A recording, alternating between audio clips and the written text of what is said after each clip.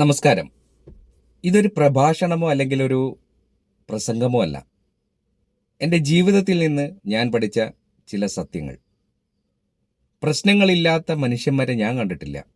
പക്ഷെ പ്രശ്നങ്ങൾ വരുന്ന സമയത്ത് ആ പ്രശ്നങ്ങളിൽ നിന്ന് പഠിച്ച് പുതിയ ബോധമുണ്ടാകണമോ അല്ലെങ്കിൽ അതിൽ തളർന്നു പോകണമോ എന്ന് തീരുമാനിക്കേണ്ടത് തീർത്തും നമ്മളാണ്. എൻ്റെ ജീവിതത്തിലും പല പ്രശ്നങ്ങളുണ്ടായി. ആ പ്രശ്നങ്ങൾ മനസ്സിലാക്കുവാൻ വേണ്ടിയിട്ട് കുറച്ച് സമയമെടുത്തെങ്കിലും ആ പ്രശ്നങ്ങൾ എന്നെ ചിന്തിപ്പിക്കുകയും പുതിയ ബോധത്തിലേക്ക് നയിക്കുകയും ചെയ്തു. ഭഗവത്ഗീത സുഖിച്ചിരിക്കുന്ന ഒരു വ്യക്തിക്ക് ഭഗവാൻ നൽകിയ ഉപദേശമല്ല. പകരം പ്രശ്നങ്ങൾ വന്നപ്പോൾ അർജുനനോട് ആ പ്രശ്നത്തിനെ മനസ്സിലാക്കുവാനും ആ പ്രശ്നത്തിൽ നിന്ന് പുതിയ ബോധത്തിനെ ഉൾക്കൊള്ളുവാനും പഠിപ്പിച്ച ഒരു പുസ്തകമാണ് ഭഗവത്ഗീത. പ്രശ്നങ്ങളും വേദനകളും ഒരു ദൗർബല്യമാണെന്ന് തെറ്റിദ്ധരിക്കരുത്.